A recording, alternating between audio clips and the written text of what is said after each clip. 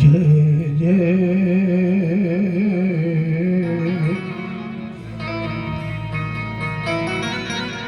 श्री सीताराम।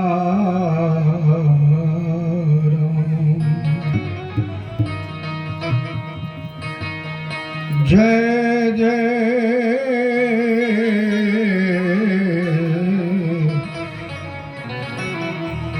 श्री सीताराम।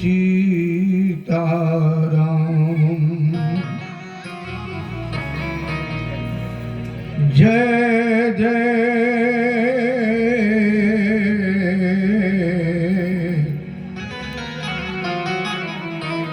श्री सीताराम।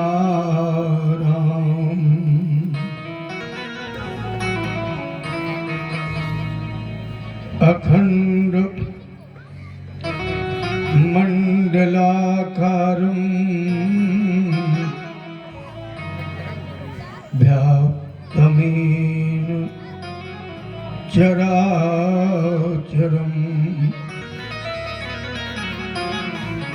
तत्पदं दर्शितं मेन तस्मै श्री गुरुवे नमः। कृष्णाय वासुदेवाय हरये परमात्मने प्रणतक्लेशनाशाय गोविन्दाय नमो नमः। ब्रजे वसन्तं नवनीतचोरं गोपाङ्गनानां चदकूलचोरम्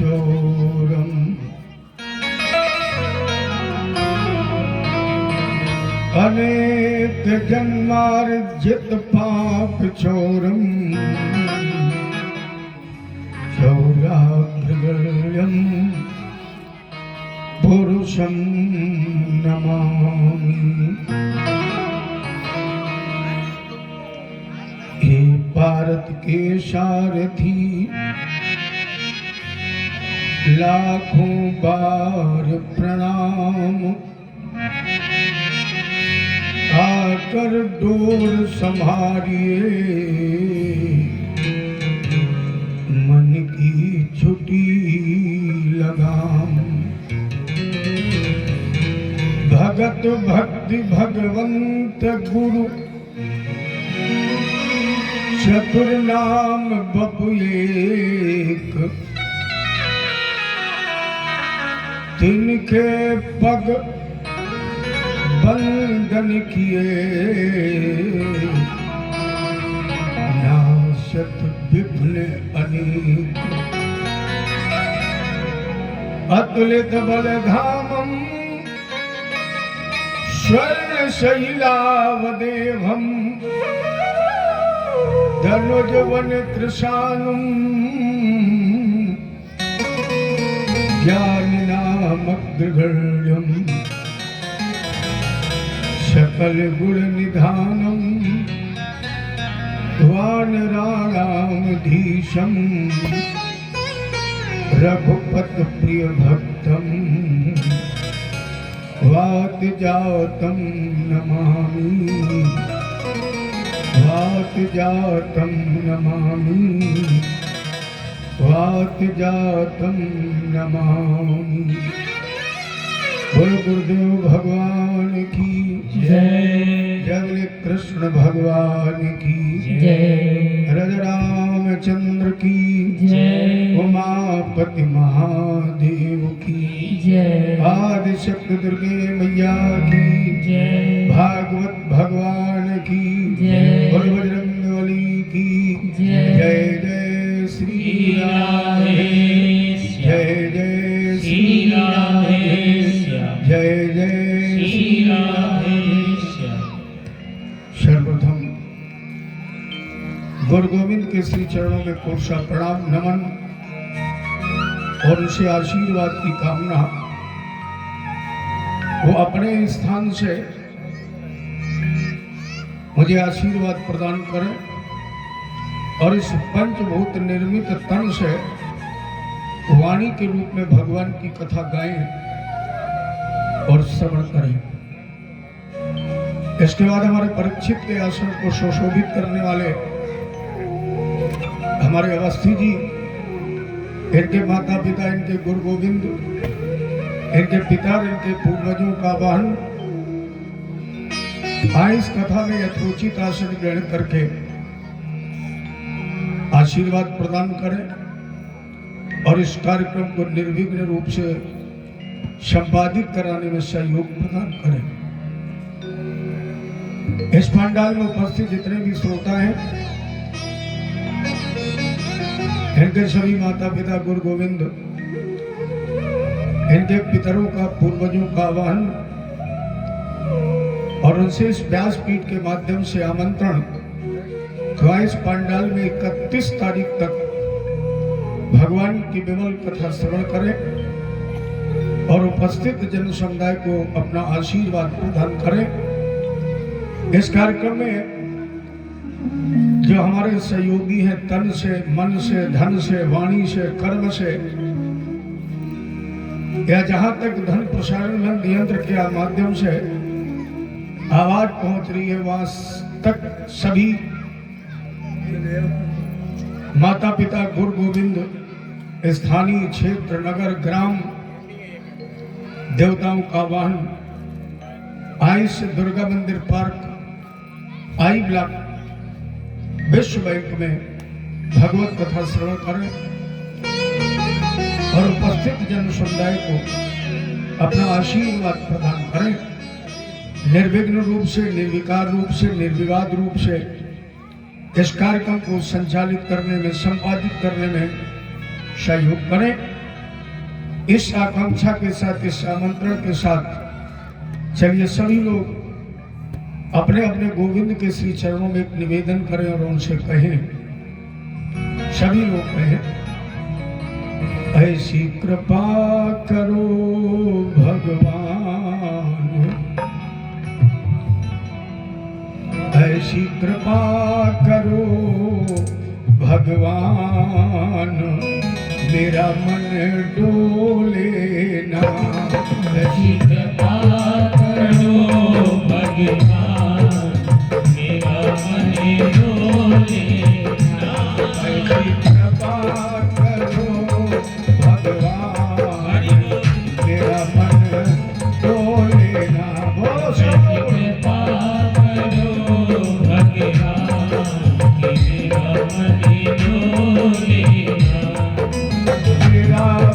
डोले ना।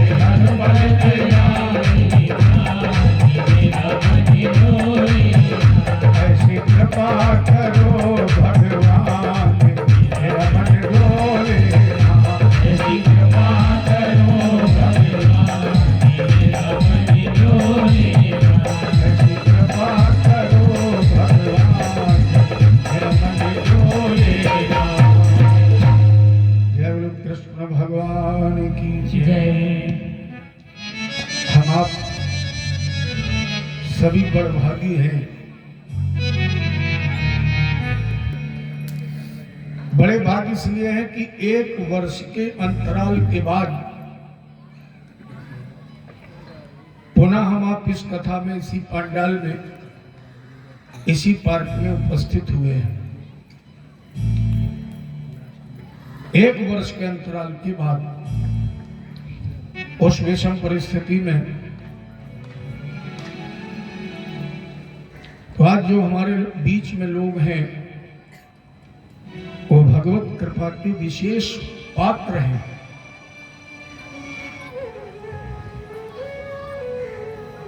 श्रीमद् भागवत की अमर कथा जन्मांतरे भवेत पुण्यम तदा भागवतम लभेत। जब किसी मनुष्य के जन्म जन्मांतर के पूर्ण उदय होते हैं, पापों का विनाश होता है, कोटि जन्म समुत्थिन, एक दो नहीं, कोटि माने करोड़, कोटि माने प्रकार, या तो ये कहा जाए करोड़ों प्रकार के या करोड़ों जन्मों के। जब हमारे पापों का क्षय, पूर्ण का उत्थान, प्रकाशन उद्भव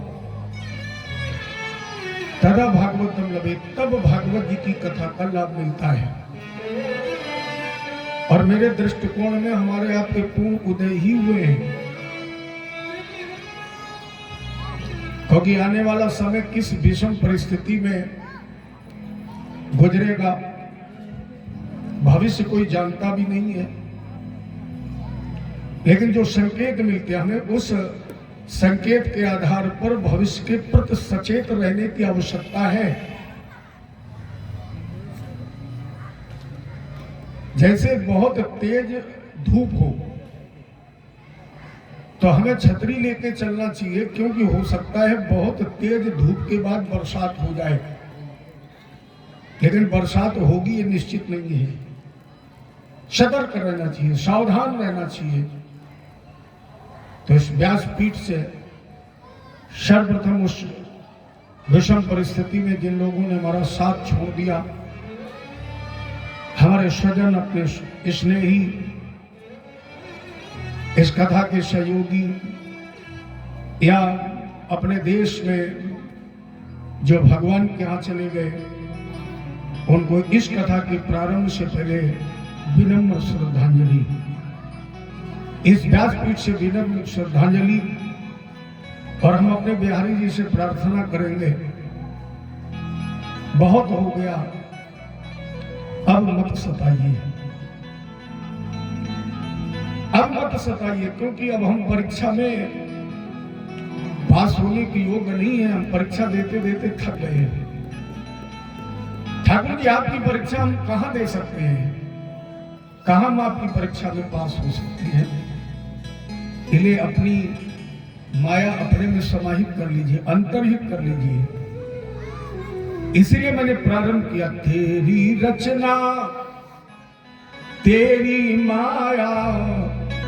ठाकुर जी, तेरी रचना तेरी माया, हर प्राणी का मन उलझाया।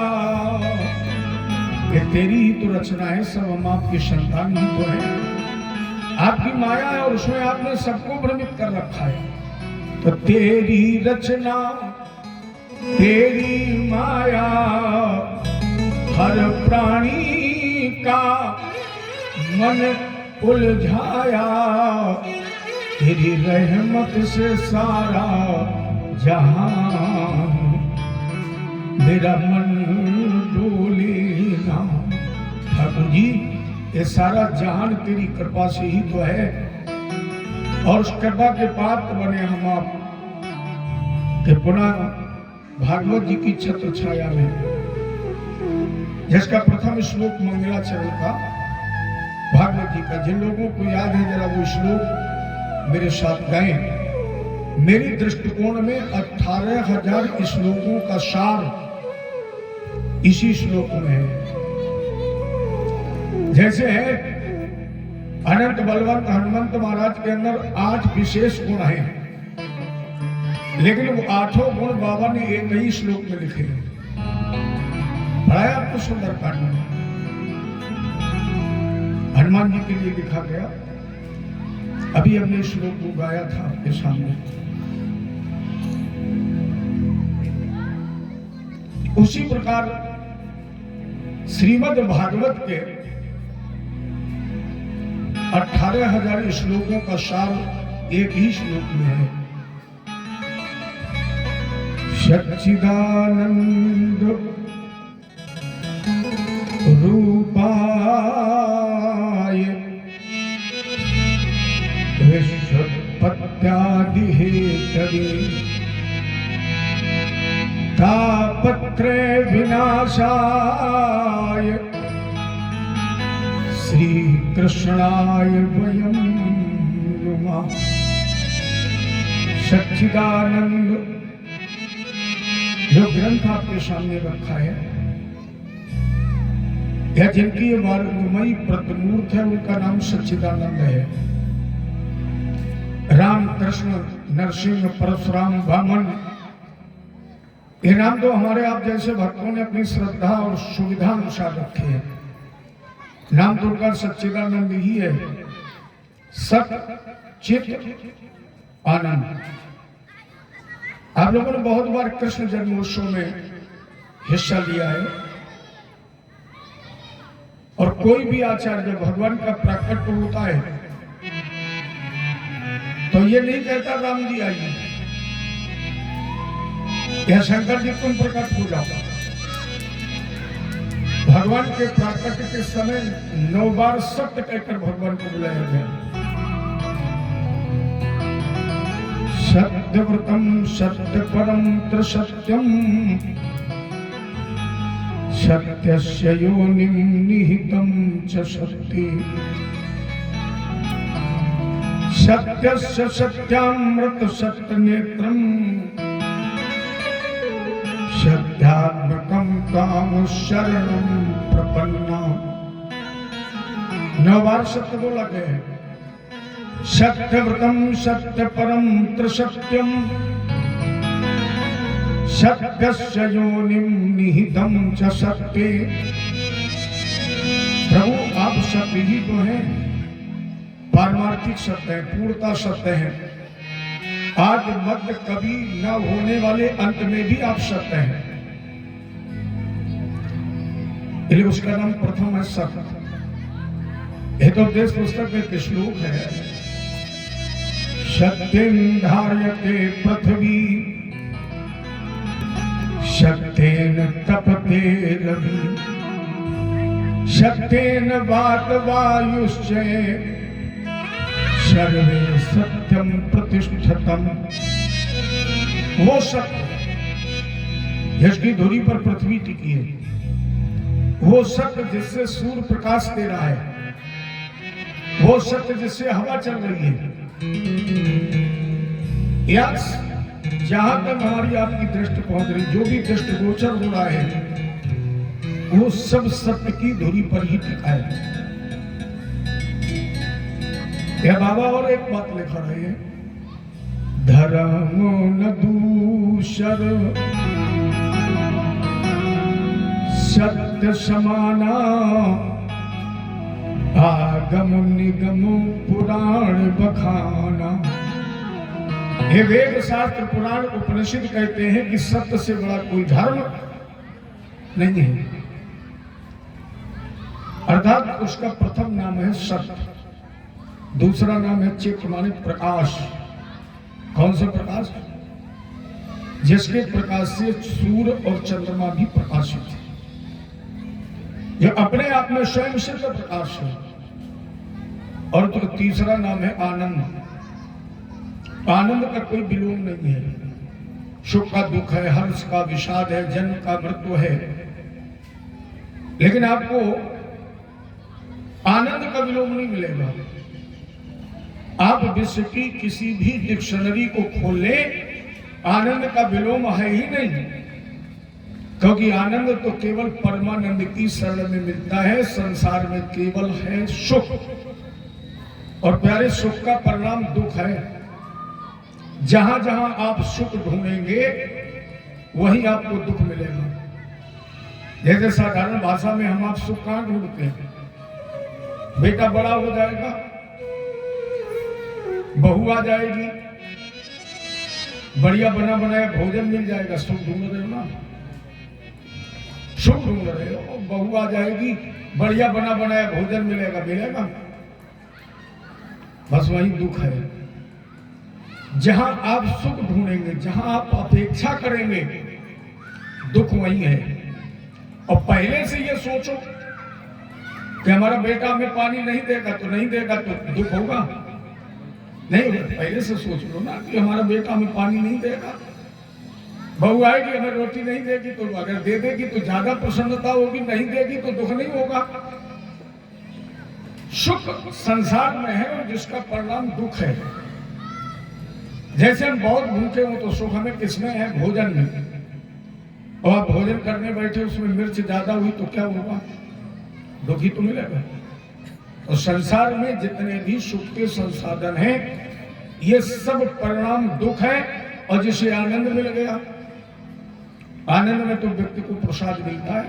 प्रसाद का मतलब जिसमें कोई स्वाद ही ना हो, और जिसमें स्वाद ही नहीं, अच्छा साधारण बताइए, आप अपने घर सत्यनारायण भगवान का पूजन कराएं, शरणामृत बनवाएं, दही बहुत खट्टा हो, शालिग्राम भगवान को भोग लगा दें, आप चीनी डालना भूल जाएं और वही प्रसाद बंटवा दें, और आप पूछे प्रसाद कैसा लगा, कोई कहेगा खराब है। पर श्रद्धा जुड़ी होगी ना, भगवान का प्रसाद है। तो जब खट्टे दही से श्रद्धा जुड़ गई, प्रसाद है भगवान का, तो अगर संसार में कहीं ऐसी कोई व्यवस्था आ जाए तो मान लो ये भगवान का प्रसाद है, आनंद में रहिए। भगवान का तीसरा नाम आनंद ही है।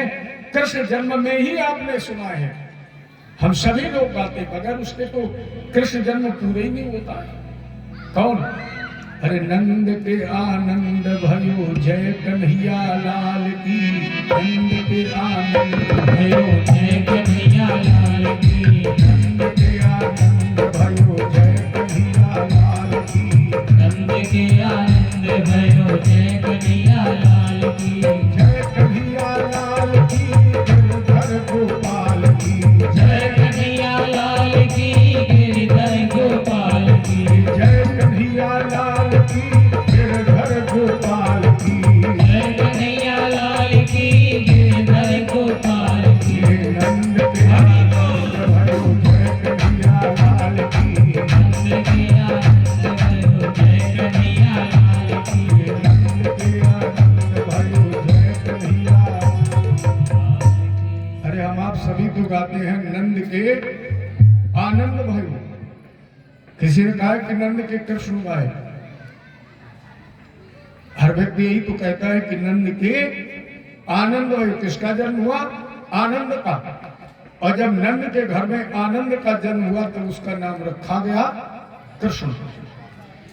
अर्थात जिसकी हम आप कथा सुन रहे हैं, जिसकी जगत व्यवहार की संरचना है, उसका नाम सच्चिदानंद है। सच्चिदानंद रूपाय विश्वोत्पत्त्यादि हेतवे, विश्व की उत्पत्ति, पालन और संहार का जो हेतु है, तापत्रय विनाशाय, यह तीन तापों का विनाश करने वाला है। कौन है वो? श्री कृष्णाय, श्री कृष्ण। लेकिन कृष्ण अकेले नहीं है, कृष्ण के पहले है रास रासेश्वरी महारानी राधा जी।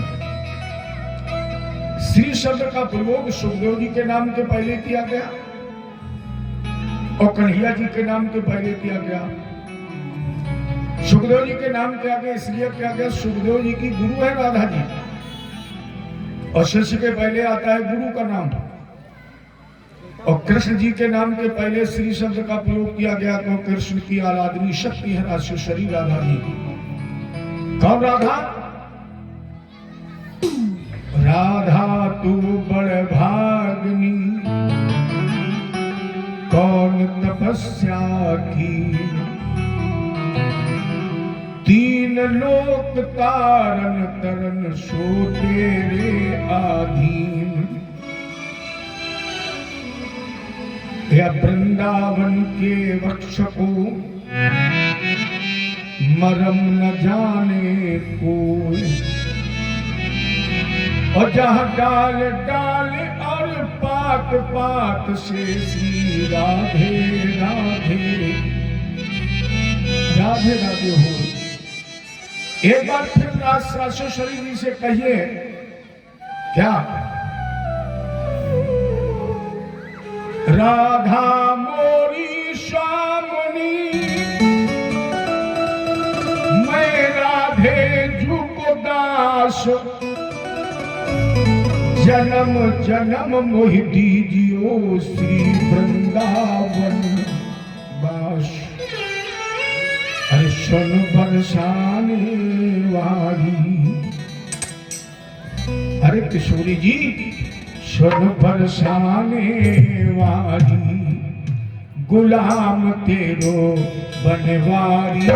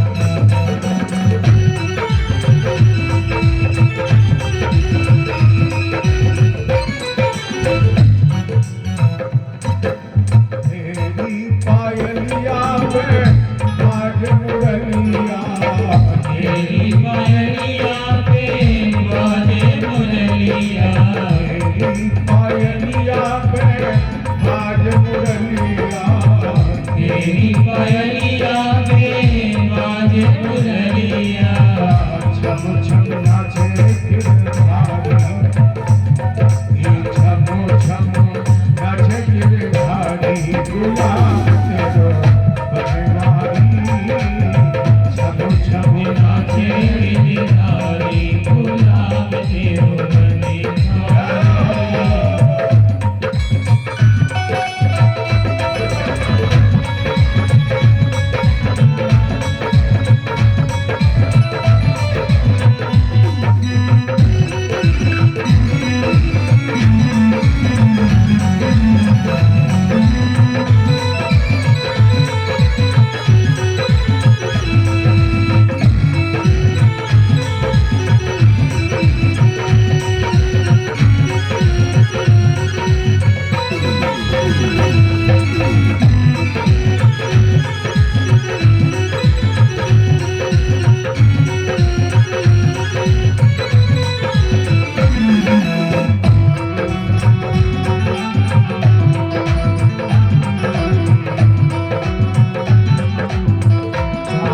से मुखड़े पे बड़ी बड़ी अखियाँ, चाँद से मुखड़े पे बड़ी बड़ी अखियाँ, बड़ी बड़ी अखियाँ, बड़ी बड़ी अखियाँ, बड़ी बड़ी अखियाँ, बड़ी बड़ी अखियाँ।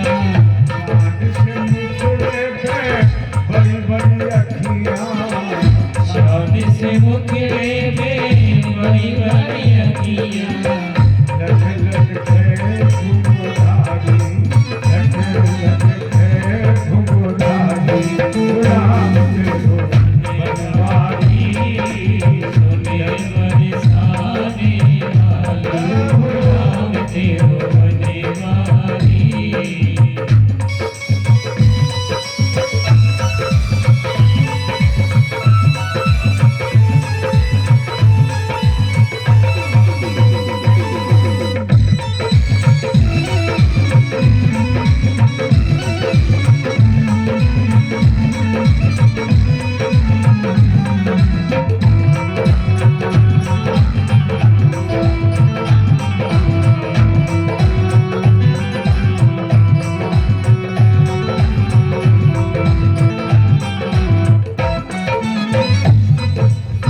बड़ी बड़ी अखियन में झीनो झीनो गजरा, बड़ी बड़ी अखियन पे झीनो झीनो गजरा, झीनो झीनो गजरा, झीनो झीनो गजरा, झीनो झीनो गजरा, झीनो झीनो गजरा। बड़ी बड़ी अखियन में झीनो झीनो गजरा, बड़ी बड़ी अखियन पे झीनो झीनो गजरा। आयल खुले बिहारी, गुलाब तेरो बनवारी, आयल फूल के बिहारी गुलाब तेरो बनवारी। सोना बरसाने वाली, गुलाब तेरो बनवारी, सोने बरसाने वाली गुलाब तेरो बनवारी।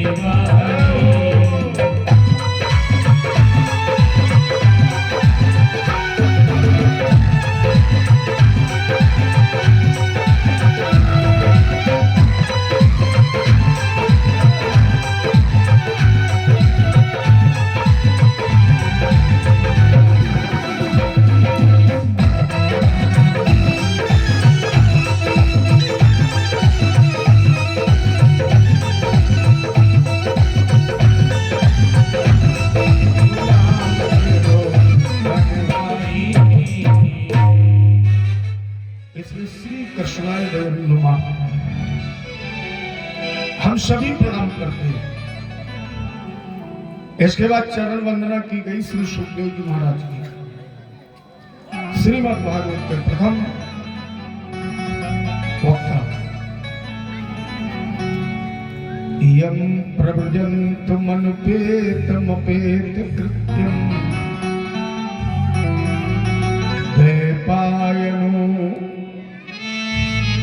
कह कातर आजुहाऊं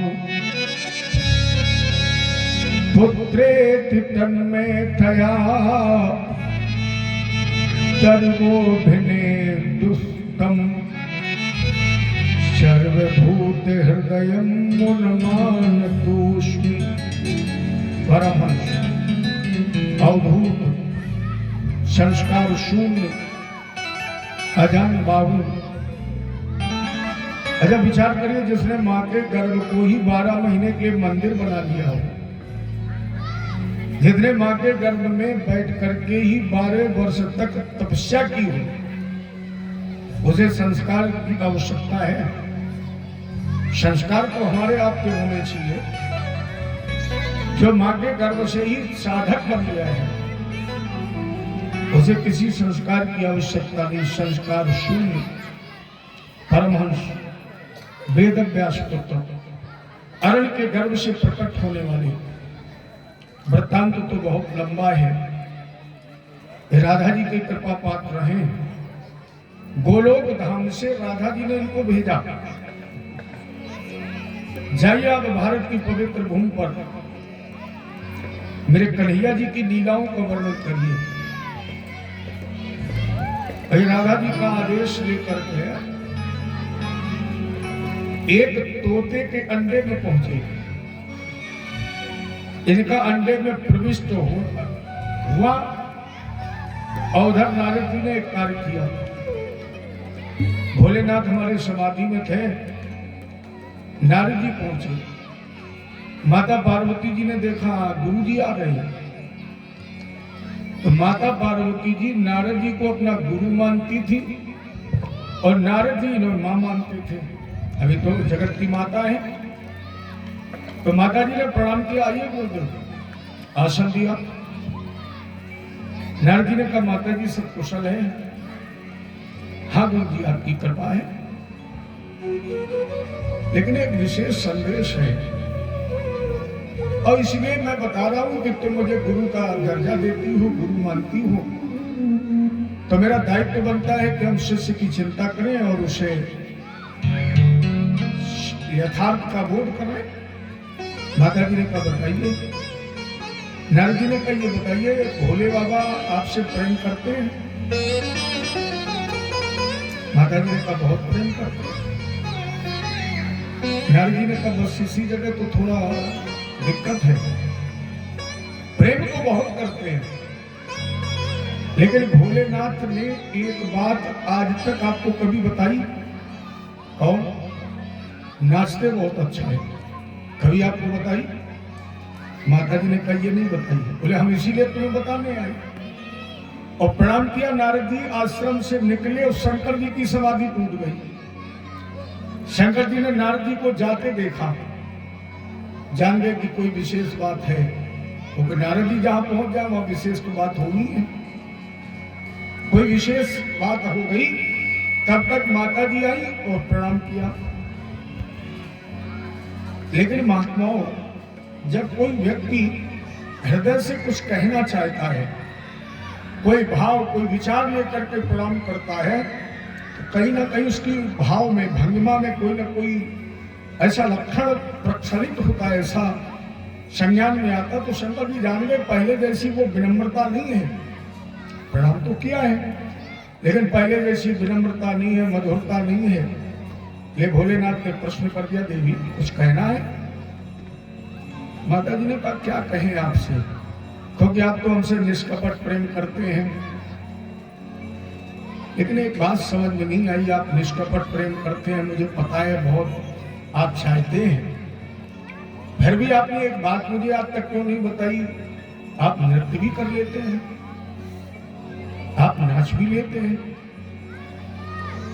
शंकर जी ने कहा देवी ऐसा कोई समय नहीं आया जब मैं ये बात बताता, ये चर्चा करता। माता जी ने कहा तो 2 मिनट जरा नृत्य करके दिखाओ। शंकर जी ने कहा देवी मैं अवश्य नाचता, लेकिन एक संकट है। मेरे मस्तक पर चंद्रमा है और चंद्रमा में अमृत का निवास है।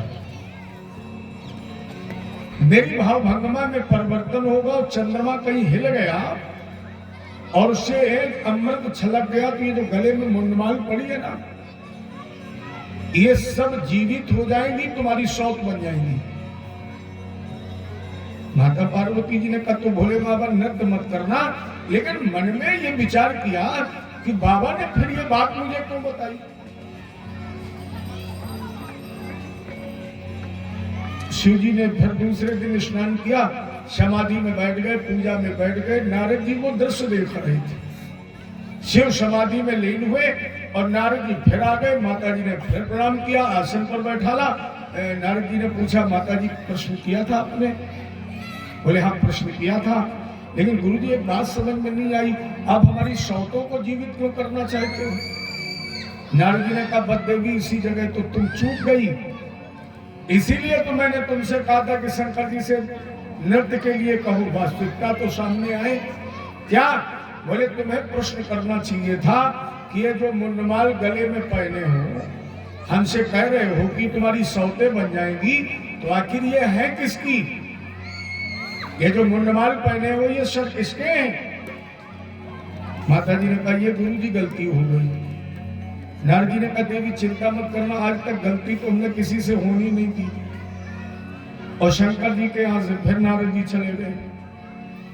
माता जी ने फिर प्रणाम किया और कहा भोले बाबा सीधे सीधे बताइए, आपके सर में मुंडमाल किसकी है?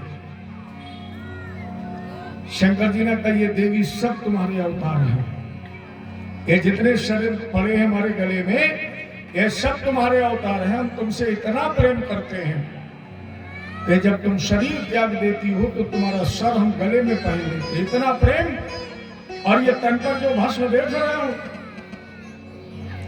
ये सब तुम्हारी चिता की भस्म है।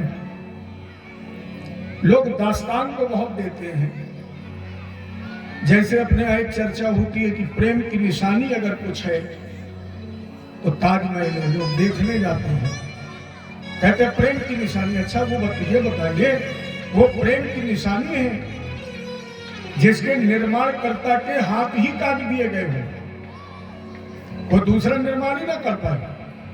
अगर प्रेम की निशानी आपको देखनी है, अगर अपनी पत्नी के प्रति प्रेम की दीवानगी देखनी है, तो आप रामायण पढ़ लीजिए। भगवान राम जैसा तो पत्नी का कोई दीवाने नहीं हुआ।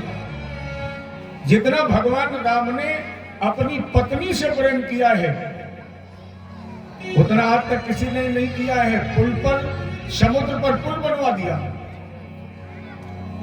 प्रेम का प्रतीक तो वो है, लेकिन अब आधुनिकता का समय है, लोग कुछ भी कहें। शंकर जी कितना प्रेम करते थे कि अपने तन पर भस्म रमा ली सती के शरीर की। कितना प्रेम करते थे पत्नी से भोलेनाथ कि अपने गले में सर की माली पर आज प्रेम है, कोई पहनेगा? कहने और करने में अंतर है। हमारे भोलेनाथ ने सती के तन की जब चिता बनी, भस्म बनी, तो अपने तन पर रमा ली और सर अपने गले में पहन लिया। यह प्रेम की निशानी है। सब तुम्हारी सर है।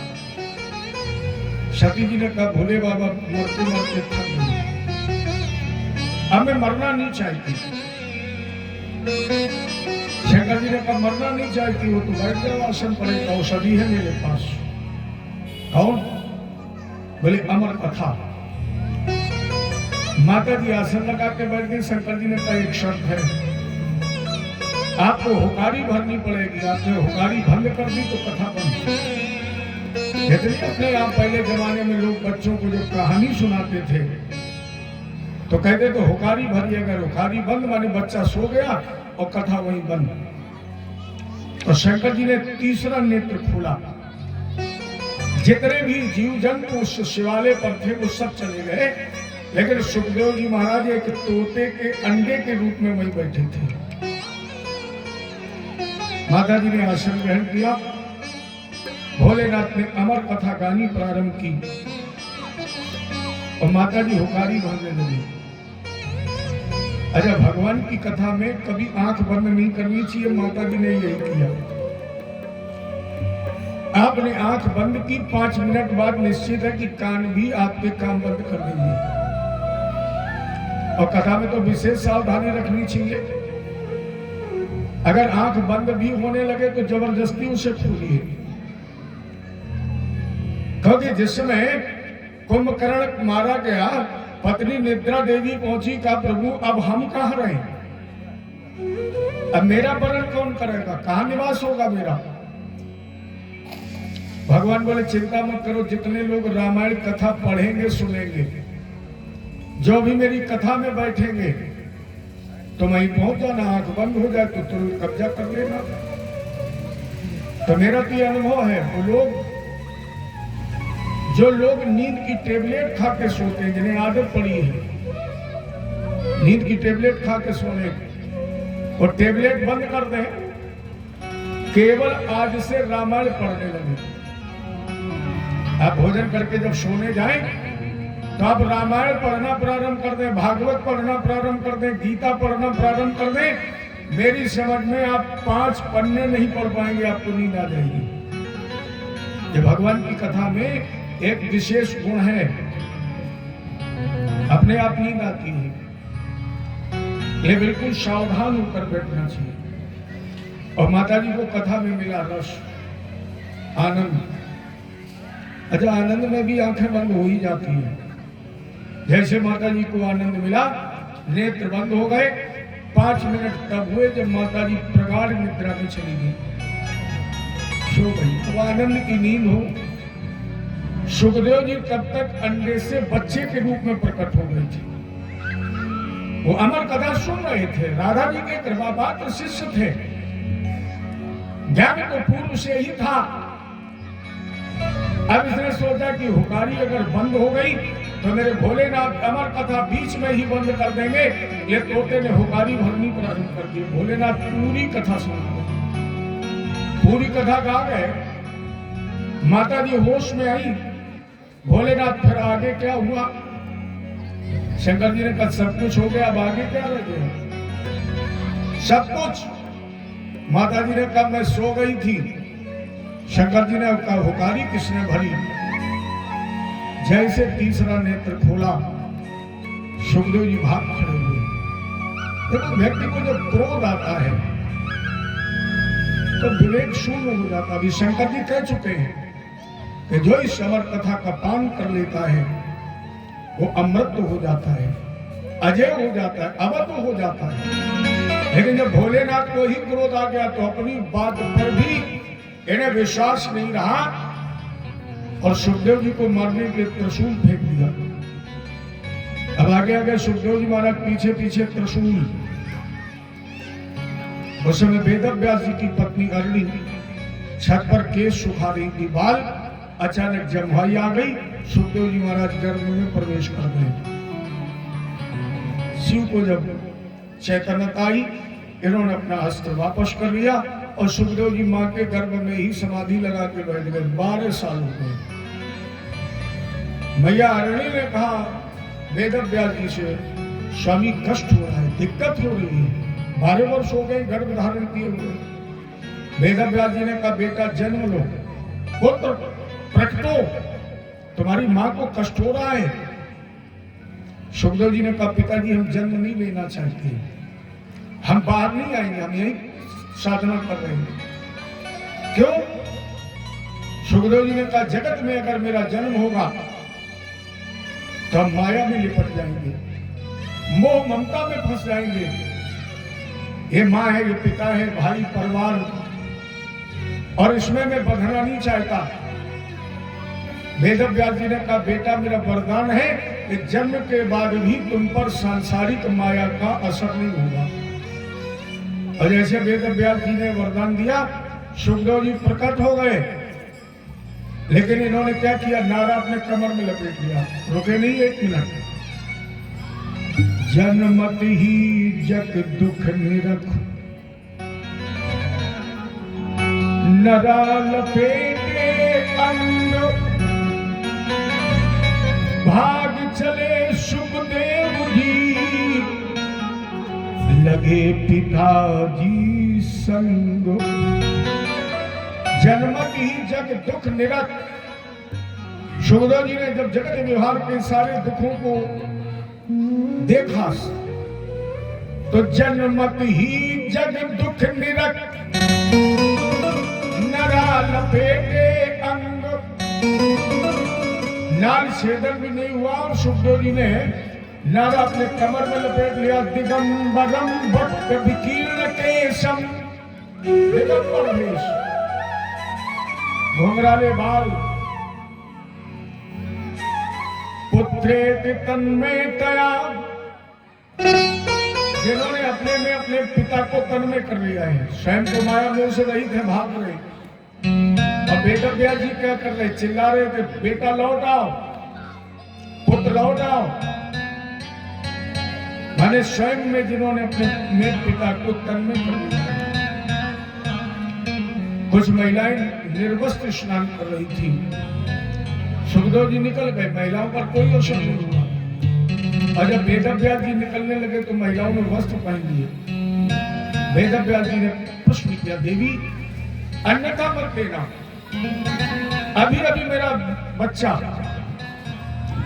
जो किशोरावस्था में है वो निकल करके गया, तुमने वस्त्र नहीं पहने और मेरी तो हर इंद्रिय शिथिल हो चुकी है, मैं वृद्ध हो गया हूं, मुझे देख करके आपने वस्त्र क्यों पहने। उन महिलाओं ने कहा महाराज जी, जो बच्चा भी आपका निकल के गया है ना, उसे तो यही पता नहीं है स्त्री क्या है और पुरुष क्या है।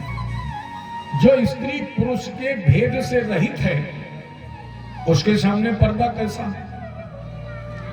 पर्दा तो उसके सामने होता है जो संसार में भेद में विहित है, भेद में है। अभी आपके अंदर ज्ञान है स्त्री कौन और पुरुष कौन, इसलिए मैंने वस्तु धारण की। फिर भी वेद व्यास जी को ज्ञान नहीं हुआ, थोड़े और आगे बढ़े, बेटा लौट आओ। तो वृक्षों ने कहा, हे संत भगवान, मुझसे शिक्षा लीजिए। मैं पहले फल फूलता हूं, इसके बाद फलता हूं, और जब मुझमें फल लग जाते हैं तो लोग क्या करते हैं, पत्थर मारते हैं। और मुझे पत्थर मारते हैं तो उन्हें बदले में मैं क्या देता हूं, फल।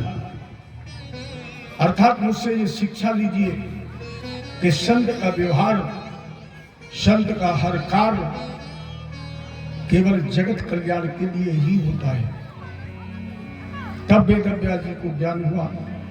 तो ऐसे परमहंस श्री सुखदेव जी महाराज के चरणों में हमारा कोट सा प्रणाम, बहुत बहुत बधाई, बहुत बहुत धन्यवाद, नमन नमस्कार कि उनकी इस वाणी से गाई हुई इस कथा को हमें आपको श्रवण करने का गौरव प्राप्त हुआ। आधार बनाया गया नैमिष को।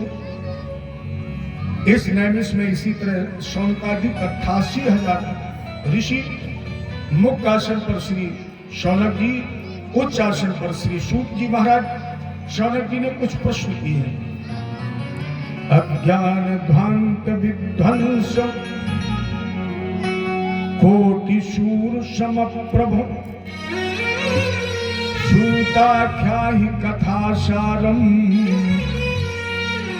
मम कर्ण रसायनम। मेरे कानों को अमृत की तरह मीठी लगे, भक्ति ज्ञान वैराग्य हो, अज्ञानता का विनाश हो जाए। सूत जी ने कहा, चलिए हम तुम्हें चर्चा सुना रहे हैं। संसार भय नाशना वो चर्चा है, जैसे तुम्हारे संसार के भय का विनाश हो जाएगा, लेकिन एक शर्त है, तदहम ते अभ्यास्यामि सावधान तया सुन। एक ही निवेदन है कि इस कथा को आप सावधान होकर सुने, अपने आप जीवन के सारे दुखों का विनाश हो। प्रभुदत्त ब्रह्मचारी जी ने लिखा है अपने शब्दों में, दैहिक दैविक मानसिक चाहे होय भव की व्यथा, सब रोगन की औषधि एक है श्रीमद् भागवती कथा। सारी बीमारियों की ये दवा है, अमृत से बढ़कर है। क्योंकि जिस समय परीक्षित को श्राप लगा तो सुखदेव जी कथा सुना रहे थे, इंद्र अमृत लेकर के गए लेकिन राजा परीक्षित ने कहा क्वां सुधा क्वां कथा लोके क्वा क्वा चा क्वमरिर महान। हमारी मणियों में महान हमारी श्रीमद् भागवत की कथा और कहा ये तुम्हारा फूटा हुआ कांच। तो ब्रह्मा जी ने सप्तलोक में तराजू उठाई। तराजू कोई ये कांटा बात नहीं था, तराजू मतलब तौला, तुलना की। और जब तुलनात्मक व्याख्या की तो ब्रह्मा जी ने भी यह सिद्ध किया कि श्रीमद् भागवत की कथा अमृत से बढ़कर है। क्यों? अमृत से आप अमर तो हो जाएंगे लेकिन कर्म बंधन से नहीं छूटेंगे। और अगर आपने भगवान की कथा सुन ली तो रामायण करी राम कथा भव फंद विमोचन। राम जी की कथा श्रवण करने से सारे फंदे कट जाते हैं। यह सप्ताहे श्रवणे जय तत्सर्वथा मुक्तिदायकम। 7 दिन तक इस कथा को सुन लिया जाए तो जन्म मृत्यु के सारे बंधन कटते हैं।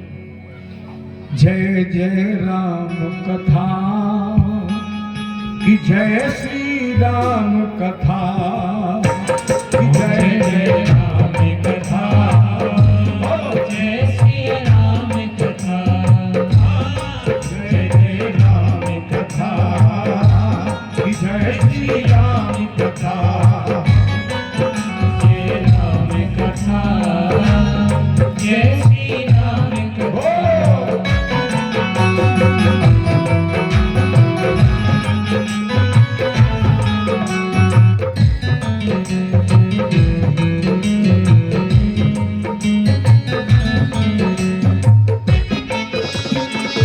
जिसके श्रवण से कट जाती है, जिसके श्रवण से कट जाती है जन्म जन्म की कथा।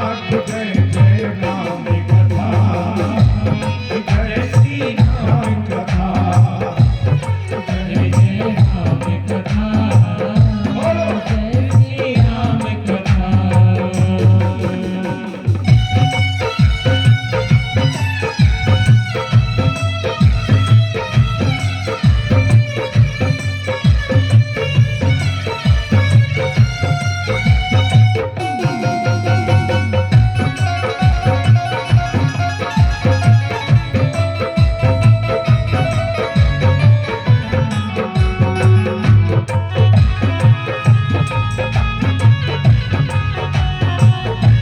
जय जय राम कथा जय श्री राम कथा जय जय राम कथा जय श्री राम कथा। जिसको सुन के अमर हो गए हैं, जिसको श्रवण कर अमर हो गए, जिसको श्रवण कर अमर हुए हैं श्री हनुमंत लाल। जय जय राम कथा जय श्री राम कथा जय जय राम कथा जय श्री राम कथा।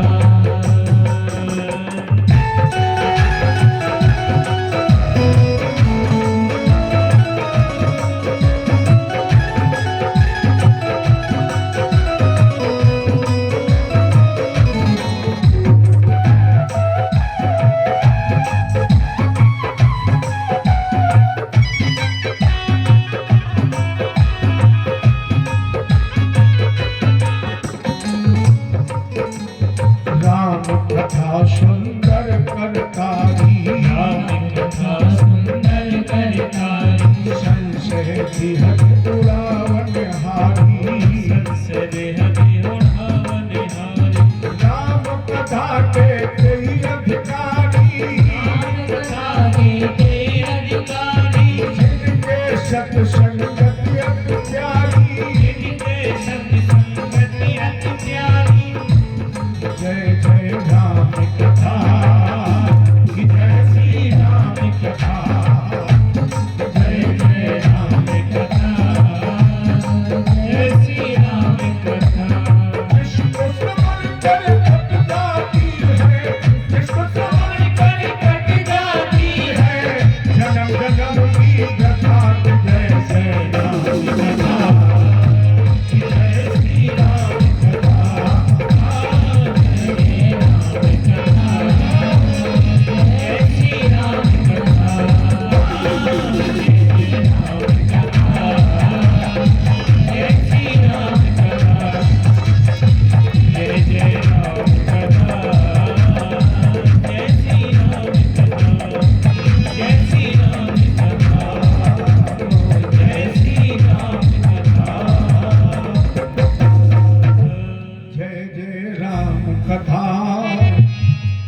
जय श्री राम कथा जिसके श्रवण से कट जाती है एक दो जन्म की नहीं, जिसके श्रवण से कट जाती है जन्म जन्म की व्यथा।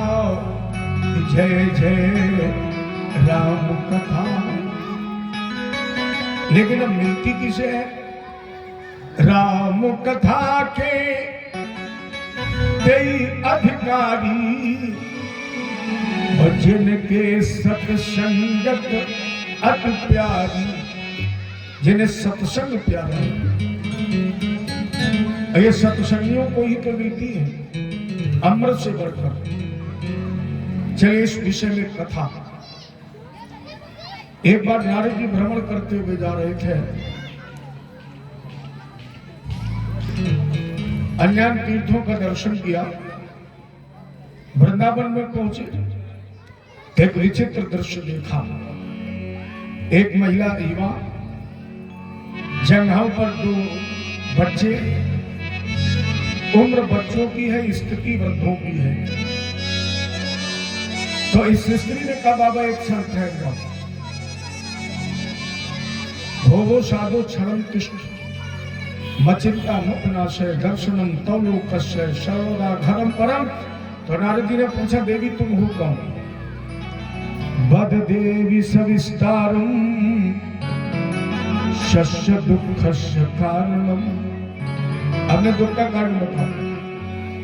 तो उस स्त्री ने परिचय दिया, आम भक्ति ख्याता, मेरा नाम भक्ति है, ये मेरे दोनों पुत्र हैं ज्ञान वैराग्य। उत्पन्न द्रविड़ साहम, द्रविड़ देश में जन्म हुआ, वृद्धिम कर्नाटक गता, बड़ी हुई कर्नाटक में, क्वचित क्वचित महाराष्ट्र, कहीं कहीं महाराष्ट्र में स्वागत हुआ, गुर्जरे जीविताम गता, गुजरात में वृद्ध हो गई। लेकिन वृंदावनम पुनम प्राप्य नवीने वशुरूपणी। वृंदावन में मेरी स्थिति हो गई, मैं युवा हो गई, वृद्ध बच्चे हैं। नारद जी ने कहा देवी वृथा चिंता मत करो, बस एक काम करो। क्या? बोले श्री कृष्ण चरणाम भोजन, केवल भगवान कृष्ण के चरण कमलों का ध्यान करो। और नारद जी ने ज्ञान वैराग्य को चेतन करने के लिए न जाने कितने उपाय किए, प्रयत्न किए। जब निष्फल हो गए तो एक गगन गिरा सुनाई पड़ी, सत्कर्म करो। तो नारद जी सत्कर्म की तलाश में विशालापुर, जैसे हम आप भद्रकाश्रम भी कहते हैं, बद्री विशाल भी कहते हैं, यहीं पर ब्रह्मा जी के मानस पुत्र सनक सनंदन सनातन सनत कुमार जी का समागम हुआ। और नारद जी ने जब सारा वृत्तांत बताया तो शनकादिक ऋषियों ने कहा कि भागवत जी की कथा सुनाओ। इदम भागवतम नाम पुराणम ब्रह्म संहितम भक्ति ज्ञान विरागाणाम स्थापनाय प्रकाशितम। श्रीमद् भागवत जी की अमर कथा सुनाओ। इससे बड़ा कोई सत्कर्म नहीं हो सकता। भक्ति ज्ञान वैराग्य को चैतन्य करने के लिए, जागृत करने के लिए, या इन्हें युवावस्था में प्रवेश कराने के लिए भक्ति ज्ञान वैराग्य इस कथा के श्रवण करने से प्रत्येक मानव के मन मंदिर में प्रकट हो जाने वाले। इससे बड़ा कोई सत्कर्म नहीं हो सकता, क्योंकि सुनने वाले का कल्याण, सुनाने वाले का कल्याण, सुनने वाला, सुनाने वाला, करने वाला, कराने वाला। और इतना नहीं, अगर धोखे से भी उसके कान में आवाज पहुंच जाए तो भी कल्याण। क्योंकि जिस तरह अग्नि का स्वाभाविक गुण है, आप जानकर अगर आग को छुएंगे तो क्या होगा? जलोगे। अगर आग को जानकर छुओगे क्या होगा? जल जाओगे। अगर धोखे में छुओगे तो क्या होगा? बच जाओगे। जानकर छुओगे तो भी जलोगे, और धोखे से छुओगे प्यारे तो भी जलोगे। उसी तरह हमारे भगवान की कथा की विशेषता है, जानकर कान में पड़ेगा तो भी डरोगे, और धोखे से कान में शब्द पड़ जाएगा तो भी डरोगे। ये स्वाभाविक गुण है। ये भागवत जी की कथा सुनो। गंगा द्वार समीप हेतु हरिद्वार में गंगा जी के किनारे आनंद नाम के तट पर इस कथा का शुभारंभ हुआ। हालांकि यहाँ पर सुखदेव जी का भी पदार्पण हुआ है। अब यहाँ एक प्रश्न उठा कि इस कथा को सुनने का अधिकारी कौन है, कौन सुने इस कथा को। सूत जी ने कहा हमारी भागवत जी की यही विशेषता है, युवा वृद्ध बच्चे नर नारी, यहां तक कि अगर प्रेत भी सुन ले कैसा भी हो, अभी हमने आपको बताया अग्नि का स्वभाव है, कैसा भी सुने। इस विषय में भी हम तुम्हें एक इतिहास सुनाए। तुंगभद्रा नदी के किनारे एक आत्मदेव नाम का ब्राह्मण था। तुंगभद्रा तटे पूर्वम भूत पत्तन उत्तमम यज्ञ वर्णा स्वधर्मेण सत्य सत्कर्म तत्परा। सारे वेदों में पारंगत पत्नी का नाम था धुंधली। बहुत समय तक ये निसंतान रहे क्योंकि पति पत्नी के विचार आपस में मिलते नहीं थे। निसंतानता के कारण आत्मदेव ने दुखी होकर अपने घर का त्याग कर दिया। एकदा साधुजो दुखाद ग्रहम त्वक्तम वनम गता। जा रहे थे, दोपहर हो गई, मध्याह्ने जातस तड़ागम संपेयवान। एक तालाब के किनारे पहुंचे, अंजलि में जल लिया, पीने का उपक्रम किया, माने जल पीने जा रहे थे। हृदय में उस समय अपने आप पुत्र मोह पैदा हो गया, अश्रु आ गए और सोचने लगे कि अगर कहीं पुत्र होता तो मैंने इस तरह घर न त्यागा होता, या इस तरह हम तालाब का जल न पी रहे होते। अच्छा, आत्मदेव ये भूल गए, उन लोगों से पूछो जिनके बच्चे हैं उन्हें पानी मिल रहा है। अच्छा, सारी बातें छोड़ एक बात कोई हमें ये बताए कि आज तक आपको कोई ऐसा व्यक्ति मिला है जिसने ये कहा हो कि हमें कोई समस्या नहीं, हमें पूरा आनंद है। किस कोई कहता है? अच्छा, जिससे तुम पूछते हो, जैसे एक बार हम जा रहे थे कावा, यजमान के साथ गाड़ी में बैठे हुए, और जब रास्ते में पहुंचे तो बोले गुरुजी बड़ा कष्ट है। हमने कहा ये बताओ कोई ऐसा मिला है जिसने तुमसे ये कहा हो कि हमें कोई कष्ट नहीं। अच्छा, तुम अपना कष्ट बता रहे हो, हमसे पूछो हम कितने कष्ट में हैं। कोई ऐसा व्यक्ति है जो कष्ट में ना हो? क्योंकि संसार तो कष्टों का दरिया है, संसार दुखों का सागर है। कितना भी आदमी कितना भी प्रसन्न हो, वो कहेगा भैया सब कुछ है मेरे पास, बहुत आनंद में हूं, कोई दिक्कत नहीं, लेकिन क्या? बोले बहू ठीक नहीं है, सब किया कराया हो गया, सब कुछ है, बहुत आनंद है, सारी सुविधाएं हैं, लेकिन हमने कहा क्या हुआ? बोले नाती का पढ़ने में मन ही नहीं लगता है। कहीं ना कहीं एक ना एक बीमारी लगी ही है, संसार बीमारियों का घर है। ये आत्मदेव नहीं सोच पाया, रो रहे। उसी समय एक सन्यासी आ गया। मुहूर्तादपि तत्रैव सन्यासी कश्चिदागता। सन्यासी आ गया, पूछा काते चिंता बलिएसी, क्या चिंता है? हमारा जी मेरे पुत्र नहीं है, ना पिवा पुत्र ना पिवा पुत्री, ना कोई पुत्र है ना कोई कन्या है। और इतना ही नहीं, अगर मैं गाय पालता हूं, पाल्यते या मया धेनु, अगर मैं गाय पालता हूं तो बांझ हो जाती है। वृक्ष लगाता हूं, फलना फूलना बंद कर देता है। तो महाराज जी बताए पूर्व पापेन संचितम, क्या पूर्व जन्म के पापों का संचय हुआ है? वो प्रकट हो गया है। सन्यासी ने कहा पहले ये बताओ तुम बेटे का करोगे क्या? क्या करोगे बच्चों का? भूल गए? आपको पता धृतराष्ट्र के कितने थे? 100। क्या हुआ? 100 के 100 मारे गए। अच्छा, सगर के कितने थे? 60,000। लेकिन कपिल भगवान की क्रोधाग्नि में जलकर भस्म हो गए। आत्मदेव ने कहा महाराज जी, कभी कभी हम एक गीत सुनते हैं तो मन में हमारे भी विचार होता है कि मेरे भी पुत्र हो। कौन सा गीत? बोले तुझे सूरज कहूं या चंदा, कितने प्रेम से है ना? बेटा पीठ पर बैठता है, पिता के कान में बैठता है, तब कितने आनंद में गाते, तुझे सूरज कहूं या चंदा, तुझे दीप कहूं या तारा, मेरा नाम करेगा रोशन, जग में मेरा राज। यही तो कहते हो, नाम करेगा रोशन। अच्छा, आपसे पूछा जाए कि आपने अपना नाम कितना रोशन किया है? अपने को हो सकता है आई ब्लॉक की आधी गलियां भी ना जानती हूं, कौन है, कहाँ गए, कहाँ है। बोले बेटा करेगा, नहीं करेगा, तुम अपना नहीं कर पाए, तुम्हारा बेटा नाम बढ़ाएगा नहीं, नाम कटवाएगा।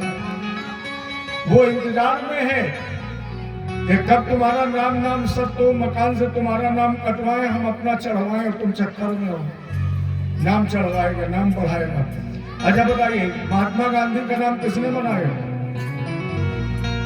इतने लोग बैठे हैं, कुछ ही लोग ऐसे हो सकते हैं जिन्हें गांधी जी के बच्चों के नाम मालूम हो, शायद किसी को मालूम हो, और एक आध बच्चा नहीं था उनके। पढ़िए आप इतिहास में, बड़े वाले बेटे से तो 36 का आंकड़ा रहता था गांधी जी का। कोई नहीं जानता, लेकिन गांधी जी को जगत जानता है। सरदार भगत सिंह, सुभाष चंद्र बोस, इनके नाम किसने रोशन किए? बच्चों ने किए। रामकृष्ण नरसिंह, इनके नाम किसने किए? हम बैठे हैं। बेटा करेगा, नहीं करेगा, कुछ खुद कर लो।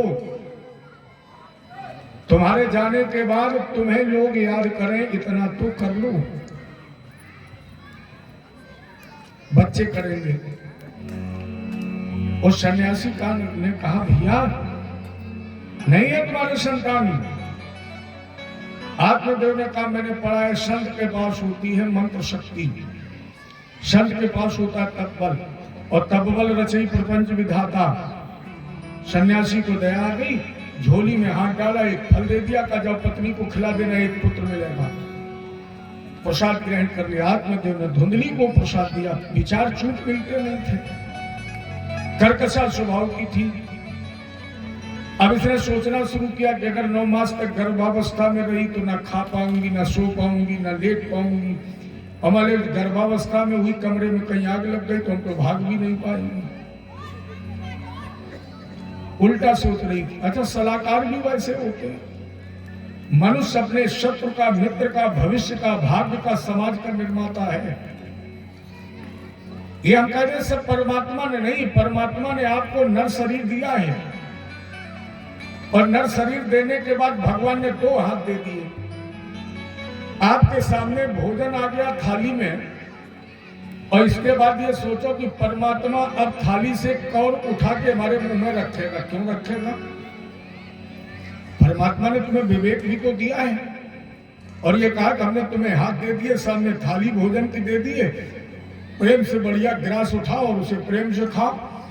और परमात्मा के सारे नहीं, परमात्मा ने कहीं नहीं कहा कि तुम भाग्य के सारे बैठो, कर्म करो। ये मानव तन कर्म भूमि है, कर्म करना चाहिए। भारत भूमि कर्म भूमि है, करना चाहिए।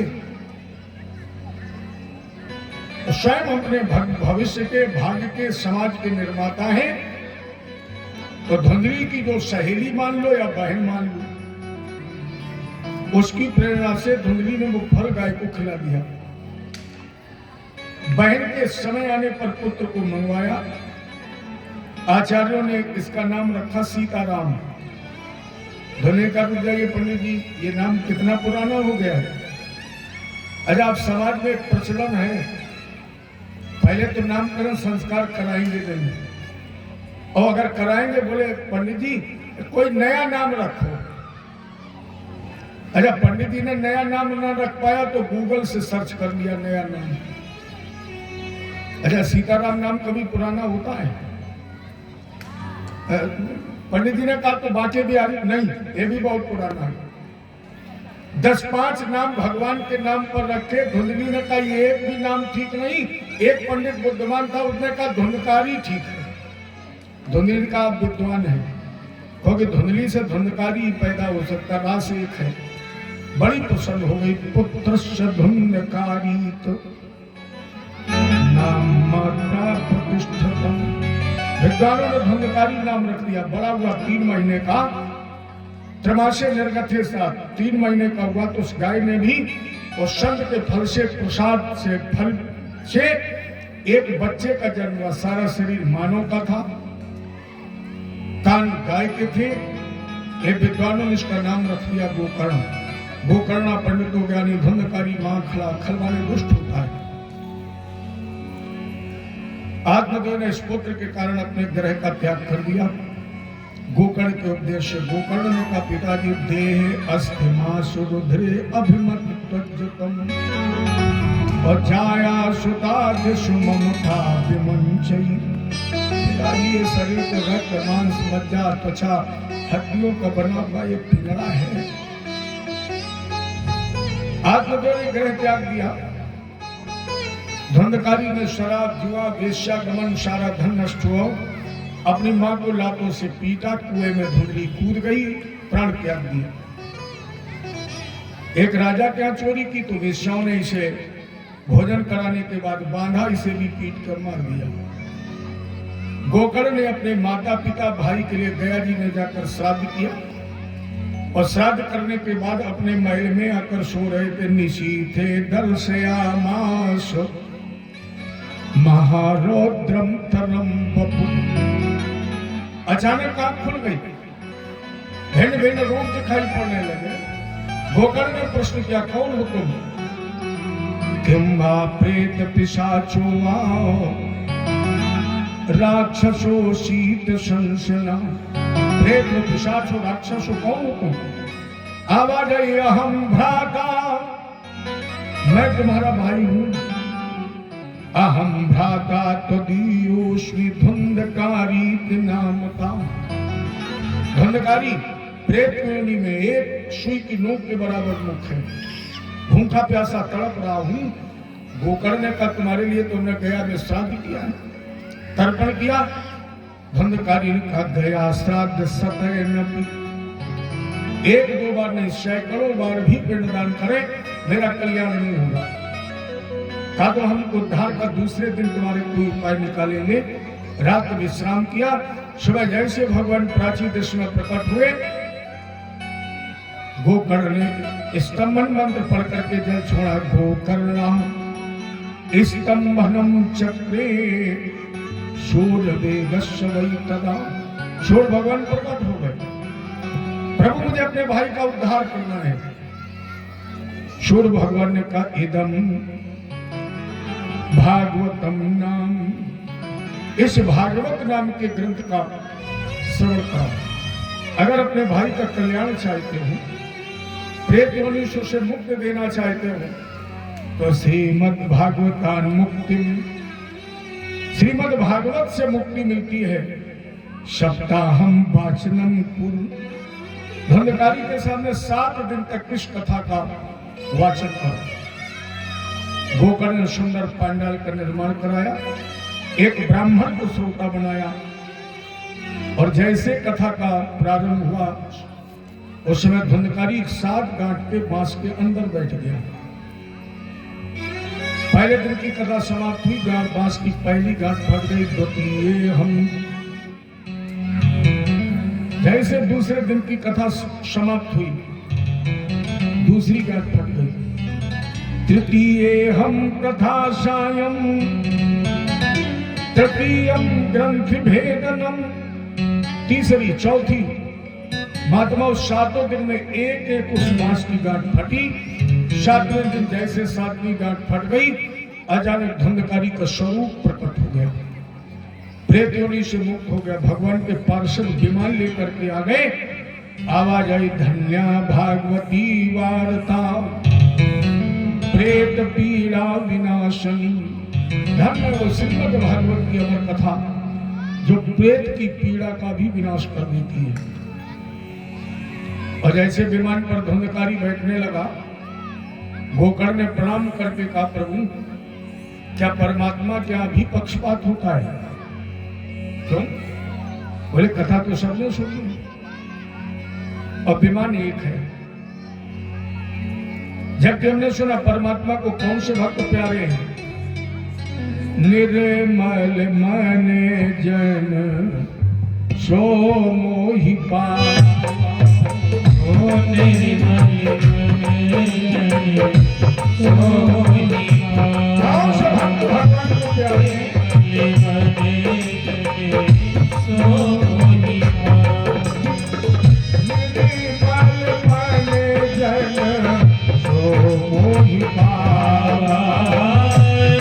निर्मल मन जन सो मोहि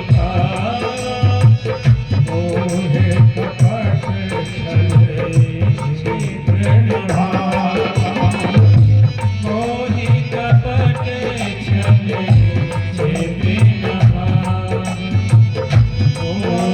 कपट छल निर्मल मन, जिनका मन गंगा जी की तरफ है। भाई जितने भी श्रोता बैठे, श्रोतारो मन निर्मला, सबके मन पवित्र है, स्वच्छ है, निर्मल है। घर विमान श्रवणस्य विवेदेन। भगवान के पार्षदों ने कहा भैया ये जितने भी श्रोता बैठे, कथा तो सबने सुनी, लेकिन सबके सुनने में भेद है। कथा तो सब सुन रहे हैं, यहाँ भी सब सुन रहे, वहां भी सुन रहे, जहां भी होती सब सुनते हैं, लेकिन कथा सुनने में भेद है। हर पंडाल में जब श्रोता जाता है तो सबसे पहले वो वक्ता की तुलना करता है। अरे भगवान की कथा में वक्ता की तुलना कैसी? भगवान की कथा तो एक है, सब प्यारी है, बहुत अच्छी है। तुलना क्या करते? कोई संगीत सुनेगा, कोई कथा सुनेगा, कोई केवल भजन सुनेगा, और कोई केवल इतना ही सुनता है कि देखे कमी कहां हुई। कुछ इतना सुनते हैं कि पंडित जी ने जोड़ा क्या इससे मतलब नहीं, छोड़ा क्या इससे मतलब है। कितना जोड़ा है? अरे प्यारे, हमने तुम्हें भगवान से कितना जोड़ा है इस पर ध्यान नहीं दिया। कथा में हमने प्रहलाद चरित्र में छोड़ा कितना, इस पर ध्यान नहीं दिया। ये नहीं तुमने सोचा कि हमने कितना परिश्रम करके तुम्हें परमात्मा से जोड़ा है, इस पर ध्यान नहीं दिया। परमात्मा से हमने तुम्हें जोड़ दिया, ये नहीं देखा। बोले छोड़ा कितना है? प्यारे छोड़ना मत दिखे, क्योंकि छूटता तो सब कुछ है। एक दिन छूटता सब कुछ है, लेकिन जो परमात्मा से जुड़ गया ये जोड़ कभी छूटता नहीं है। इसलिए हम जोड़ रहे हैं, भगवान से जुड़ जाइए, फिर कभी ये रिश्ता टूटेगा नहीं। बाकी तो दुनिया में सब छूटेगा, एक दिन ये शरीर भी छूटेगा। इन लोग कहते हैं हम जी रहे हैं ऐसे जैसे मरेंगे नहीं, हम जी रहे हैं ऐसे जैसे मरेंगे नहीं, और प्यारे एक दिन मर जाते हैं ऐसे जैसे कभी जिए ही नहीं। जब तक श्वास है तब तक घर परिवार एक और कमरा बन जाए, और जब बन के तैयार हो गया, टाइल्स लग गए, नाती ने कहा बाबा एक बार पीछे मुड़कर देख लो, कोई देखता है? बाबा एक बार बोल दो, फिर कोई बोलता है? अरे चली जा रही है। भैया जुड़ जाइए ना मेरे ठाकुर जी से, एक कृपा है उनकी। गंगा जी तक तुम्हें चलकर जाना पड़ेगा, गंगा जी तक तुम्हें चलकर जाना पड़ेगा, तब नहाने का मौका मिलेगा। और ये तो ऐसी ज्ञान गंगा है, और मेरी समझ में कानपुर में उस गंगा की कृपा, इसलिए कानपुर में तो घर घर ये ज्ञान की गंगा है। इसलिए जुड़िए, नहीं तो एक एक श्वास जा रही है, जो निकल रही है वापस नहीं मिलेगी। जो घड़ी, जो समय, जो दिन निकल रहा है, ये कोशिश करें, अब फिर भी नहीं मिलेगा। चली जा रही है उम्र धीरे धीरे, चली जा रही है उम्र धीरे धीरे, चली जा रही है उम्र धीरे धीरे, चली जा रही है उम्र धीरे धीरे, चली जा रही है उम्र धीरे धीरे, चली जा रही है उम्र धीरे धीरे, पल पल आँखों बहर धीरे धीरे, पल पल ये आँखों बहर धीरे धीरे, पल पल आँखों बहर धीरे धीरे।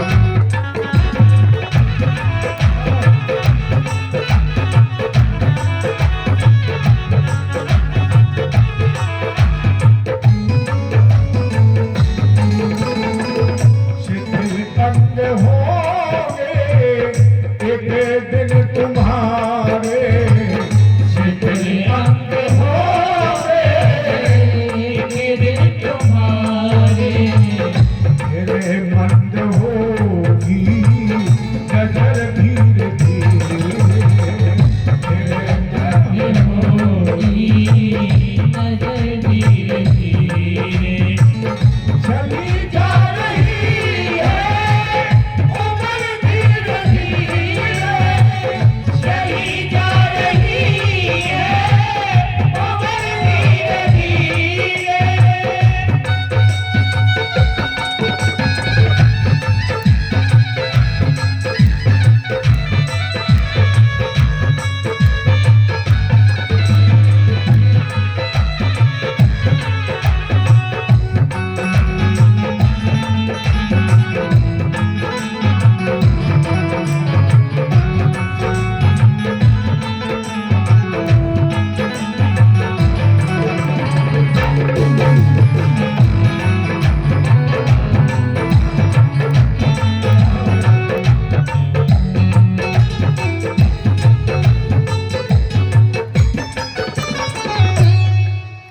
चली जा रही है उम्र धीरे धीरे, बुराई से मन को अब तू हटा ले, या बुराई से मन को अब तू हटा ले, सुधर जाए जीवन तेरा धीरे धीरे,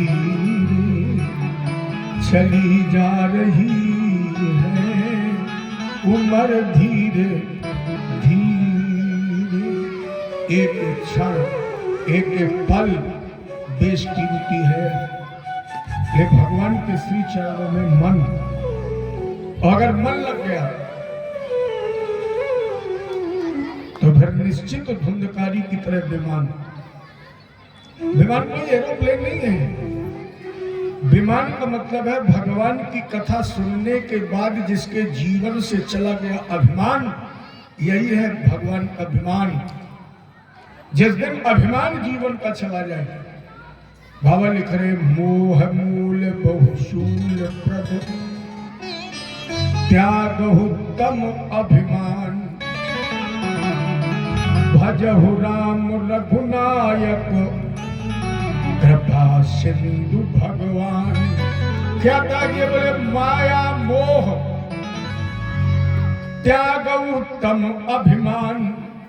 भगवान की कथा सुनकर प्यारे जिस दिन अभिमान चला जाएगा उस दिन तुम्हें अपने आप विमान मिल जाएगा। धुंधकारी विमान पर बैठा भगवान के धाम चला गया। गोकर्ण ने पुनः यहाँ पर श्रीमद् भागवत की कथा का आयोजन किया और दोबारा जब कथा का आयोजन हुआ तो जितने भी श्रोता थे इनके लिए विमान आ गया और स्वयं भक्त को लेने के लिए भगवान विमान लेकर आ गए। मैंने भक्त भगवान एक विमान पर बैठे, आगे आगे भक्त के साथ भगवान और पीछे पीछे जितने श्रोता थे वो सब विमान पर भगवान के साथ भगवान के धाम चले गए। जब कृष्ण भगवान की जय। निगम कल्पतरुर गलतम फलम, ये तो बहुत गला हुआ फल है। निगम माने वेद रूपी कल्पवृक्ष की डाल पर बैठकर सुखदेव जी ने बहुत गले हुए फल में चोंच लगा दी। तो ये सबसे मीठा फल है, ऐसे मीठा और कोई फल नहीं। और मेरी समझ में तो सबको अच्छा लगता है, कैसा भी व्यक्ति हो अगर भागवत की कथा सुनता है तो उसे अच्छा लगता ही है। जैसे चोर सुनता है तुरंत कहता है हाँ मेरे कन्हैया भी चोरी करते थे, उसे भी रस मिलता है। तो ये रस का भरा हुआ घड़ा है। आप साधारण तुलना कर लीजिए आम के फल से। आप लोग जानते हैं आम के फल में गूदा में ज्यादा स्वाद है कि गुठली में ज्यादा स्वाद है? आम की गुठली में स्वाद है, गूदा में नहीं है। जितनी बार आप उसका प्रयोग करेंगे उतनी बार नया आनंद नया सुख देगी। यानी उसी तरह जितनी बार भगवान की कथा सब नहीं सुनते हैं, ये कथा सब नहीं सुनते हैं। जिसे सुनने का अभ्यास है, जो रोज सुनता है उसके कदम रुकते ही नहीं, वो जरूर सुनता है।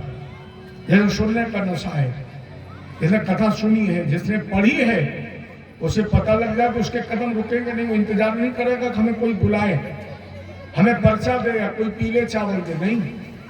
उसे केवल कान में आवाज पड़ जाए। अगर नशा है तो भगवान की कथा सुनने पहुंच ही जाता है।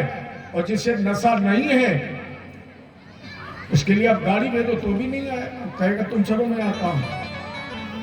अनेक प्राइमरी में पाठ पढ़ाया जाता, तुम चलो मैं आता हूं, चुपड़ी रोटी खाता हूं, हरी डाल पर बैठा हूं, ठंडा पानी।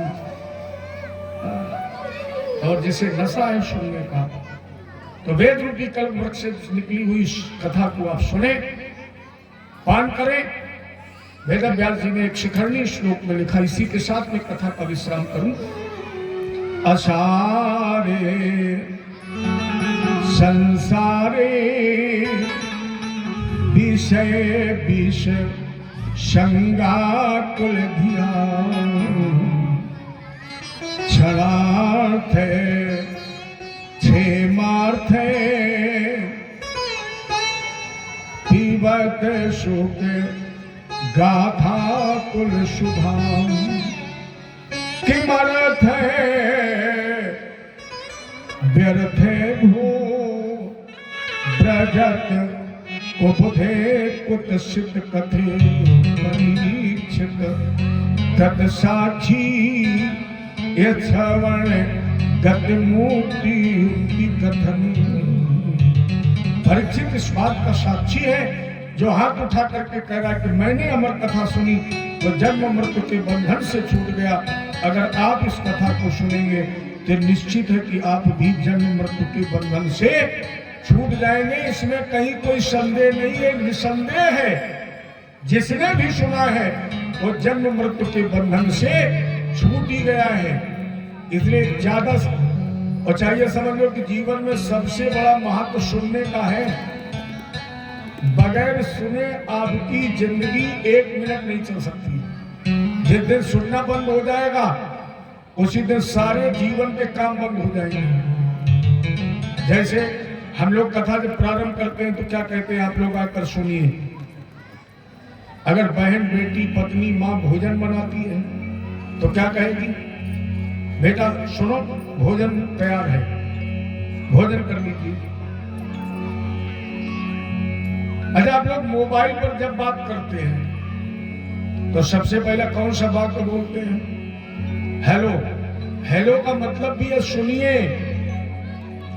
राम जी ने भी कहा प्रथम भगत संतन कर संगा, सत्संग करके सुनिए।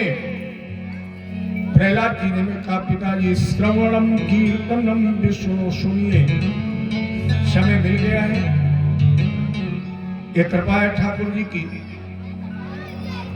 अब आप सुन लीजिए 31 तारीख तक ज्यादा से ज्यादा, जितने ज्यादा से ज्यादा आप सुन सके सुनिए। ज्यादा से ज्यादा संख्या में आप लोग आइए, क्योंकि आपकी उपस्थिति ही भगवान की कथा की भव्यता है, ये भगवान की शोभा है। और जो भगवान की कथा की शोभा बढ़ाते हैं निश्चित है कि परमात्मा भी हमेशा उसकी शोभा रखता ही है। इसलिए ज्यादा से ज्यादा सुनिए। चलिए गाते एक प्यारा सा भजन, इसके बाद आरती और प्रसाद। तेरी बिगड़ी बना देगी,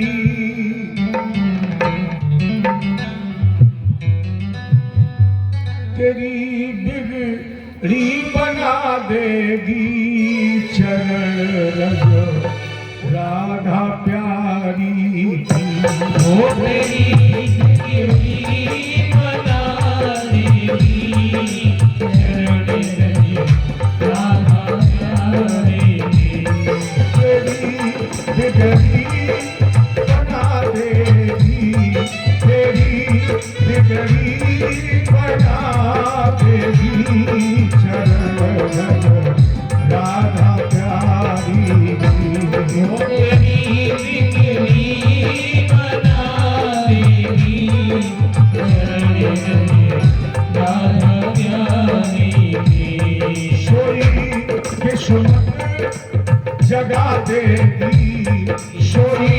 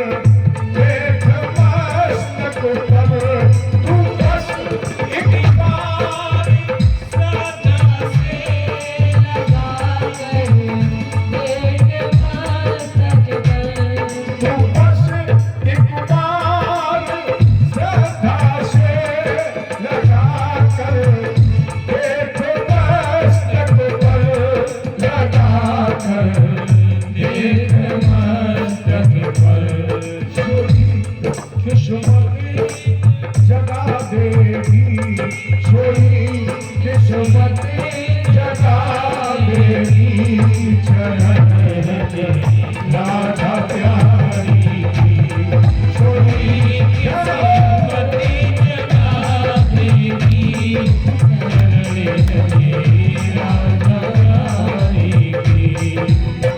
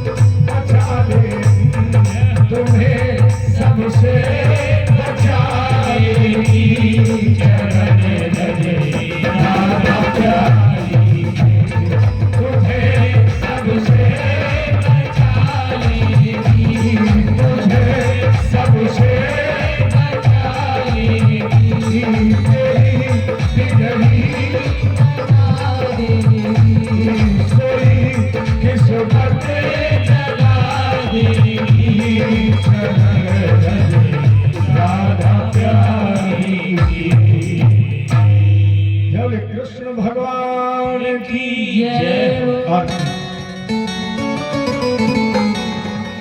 मन में बसा कर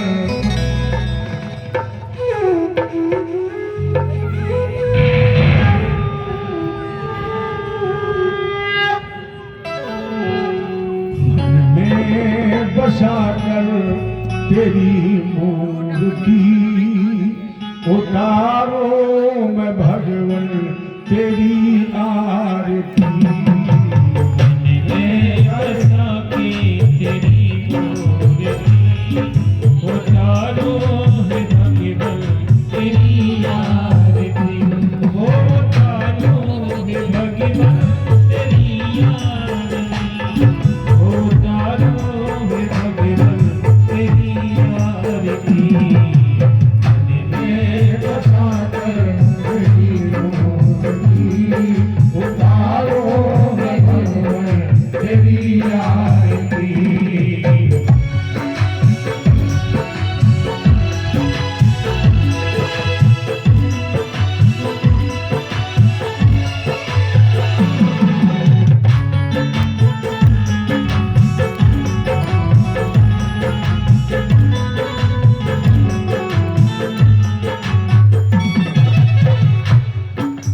करुणा करो कष्ट हरो ज्ञान दो भगवन। भाव में फंसी नाव मेरी हार दो भगवन। करुणा करो कष्ट हरो ज्ञान दो भगवन। भाव में फंसी नाव में तार दो भगवन। करुणा करो कष्ट हरो ज्ञान दो भगवन। भाव में फंसी नाव मेरी हार दो भगवन। करुणा करो कष्ट हरो ज्ञान दो भगवन। भाव में फंसी नाव मेरी तार दो भगवन। दर्द की दवा तेरे पास है। दर्द की दवा तेरे पास है। जिंदगी दया की है नीक मांगती। मैं बसा कर तेरी आरती। तारो है तेरी आरती। ओ तारो है भगवन तेरी आरती। ओ तारो है भगवन तेरी आरती। मैं बसा कर तेरी मूर्ति उतारो है भगवन तेरी आरती।